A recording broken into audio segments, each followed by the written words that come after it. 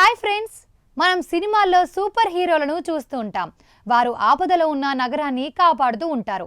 కానీ నిజ జీవితంలో కూడా ఒక అదృశ్య హీరో ఉంటాడని ఈ తాజా వార్త నిరూపిస్తోంది. తన ముఖం చూపించలేదు, తన పేరు చెప్పలేదు, కానీ అక్షరాల 30 కోట్ల రూపాయల విలువైన బంగారు కడ్డీలను ఒక నగరానికి విరాళంగా ఇచ్చేశాడు. దేనికోసం తెలుసా? ఆ నగరంలోని నీటి పైపులు, డ్రైనేజీ వ్యవస్థను మరమ్మతులు చేయటానికి. జపాన్లోని ఒసాకా నగరంలో జరిగిన ఈ వింత ఘటన ఇప్పుడు ప్రపంచవ్యాప్తంగా వైరల్ అవుతోంది. అసలు ఆ అజ్ఞాత దాత ఎవరు? అంత బంగారం ఎందుకు ఇచ్చాడు? మన దేశంలో కూడా ఇలాంటి దాతలు ఉంటే మన తలరాత ఎలా ఉండేది? ఇవాళ మన ఛానల్లో ఈ హార్ట్ టచింగ్ స్టోరీ గురించి తెలుసుకుందాం. ఫ్రెండ్స్, జపాన్లోని 3వ అతిపెద్ద నగరం ఒసాకా. ఇది ఆ దేశానికి ఒక పెద్ద కమర్షియల్ హబ్. సుమారు 30 లక్షల జనాభా నివసించే ఈ నగరంలో ప్రస్తుతం పాతబడిపోయిన నీటి పైపులు, ఇంకా డ్రైనేజీ పైపుల పెద్ద సమస్యగా మారాయి. ఇవి ఎప్పుడు పగిలిపోతాయో, ఎక్కడ రోడ్లు కుంగిపోతాయో తెలియని భయంకరమైన పరిస్థితి. ఈ పైపులను మార్చాలంటే ప్రభుత్వానికి వేల కోట్ల రూపాయలు కావాలి. సరిగ్గా ఇలాంటి తరుణంలో ఒక అజ్ఞాత వ్యక్తి 21 కేజీల బంగారు కడ్డీలను మున్సిపల్ కార్యాలయం ముందు ఉంచి వెళ్ళిపోయాడు. దీని విలువ సుమారు $3.6 మిలియన్, అంటే మన ఇండియన్ కరెన్సీలో దాదాపు 30 కోట్ల రూపాయలు. ఒసాకా మేయర్ హిడేయుకి యోకోయామా ఈ విషయాన్ని మీడియాకు చెబుతూ ఆశ్చర్యపోయారు.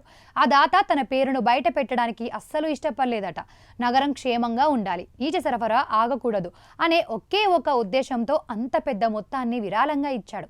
గతేడాది కూడా ఇదే వ్యక్తి మున్సిపల్ వాటర్ వర్క్స్ కోసం 5 లక్షల యూన్లను పంపించాడట. జపాన్లో ఇప్పుడు సింక్ హోల్స్ అనేవి ప్రాణాంతక సమస్యగా మారాయి. పాత పైపులు లీక్ అవడం వల్ల భూమి లోపల గుంతలు పడి రోడ్లు అకస్మాత్తుగా కుంగిపోతున్నాయి.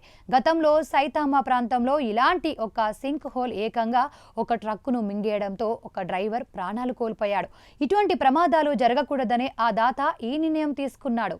ప్రస్తుతం ఒసాకాలో కేవలం ఏడాదిలోనే 90కి పైగా వాటర్ పైప్ లీక్ కేసులు నమోదయ్యాయి. ఈ పాత పైపుల నిర్వహణ అనేది మున్సిపల్ బడ్జెట్కు తలకు మించిన భారంగా మారింది. ఇలాంటి క్లిష్ట సమయంలో అందిన ఈ బంగారు విరాళం ఆ నగర ప్రజలకు ఒక పెద్ద ఊరటనిచ్చింది. మేము ఆ దాతకు ఎంతో రుణపడి ఉంటాం. ఈ బంగారాన్ని పక్కాగా పైపుల రిపేర్లకే వాడతామని వాటర్ వర్క్స్ బ్యూరో ఒక స్టేట్మెంట్ ఇచ్చింది. పేరు కోసం ప్రాకులాడే ఈ రోజుల్లో ఇంతటి గొప్ప పని చేసి సైలెంట్గా వెళ్ళిపోవడం అంటే అది నిజంగా ఆ వ్యక్తి గొప్పతనానికి నిదర్శనం. ఇక అసలైన పాయింట్ దగ్గరకు వద్దాం మామ.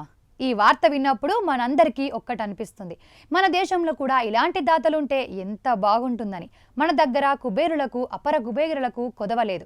కానీ మన దగ్గర విరాళాలు అంటే ఎక్కువగా గుళ్ళు, గోపురాలకు లేదా పొలిటికల్ పార్టీలకు వెళ్తుంటాయి. సామాన్యుడు వాడే రోడ్లు, డ్రైనేజీలు, నీటి పైపుల గురించి పట్టించుకునేవారు తక్కువ.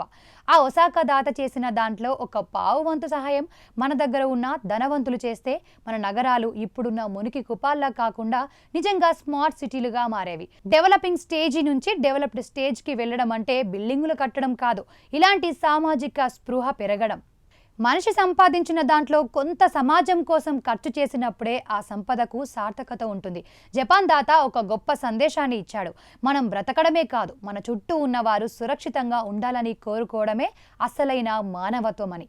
మన దగ్గర కూడా ఇలాంటి అజ్ఞాత హీరోలు పుట్టాలని, ప్రభుత్వం మీద మాత్రమే ఆధారపడకుండా సామాజిక సమస్యల పరిష్కారంలో భాగస్వామ్యం కావాలని ఆశిద్దాం. ఒసాకా నగరం ఇప్పుడు ఆ బంగారు కడ్డీలతో బాగుపడుతుంది. కానీ ఆ వ్యక్తి మనసు మాత్రం ఆ బంగారం కంటే మిన్నగా మెరిసిపోతూనే ఉంది. చూశారు కదా ఫ్రెండ్స్, ఒసాకా అజ్ఞాత దాత కథ మనల్ని ఆలోచింపజేస్తుంది కదా.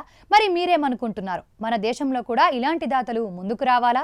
మీ ఏరియాలో ఉన్న సమస్యల పరిష్కారానికి ఎవరైనా ఇలాంటి సహాయం చేస్తే బాగుంటుందని మీకు అనిపిస్తుందా? కామెంట్స్లో చెప్పండి. ఈ ఇన్స్పైరింగ్ వీడియో నచ్చితే లైక్ చేయండి, షేర్ చేయండి. ఇలాంటి ఇంటర్నేషనల్ వైరల్ వార్తల కోసం ఇప్పుడే సబ్స్క్రైబ్ చేసుకోండి.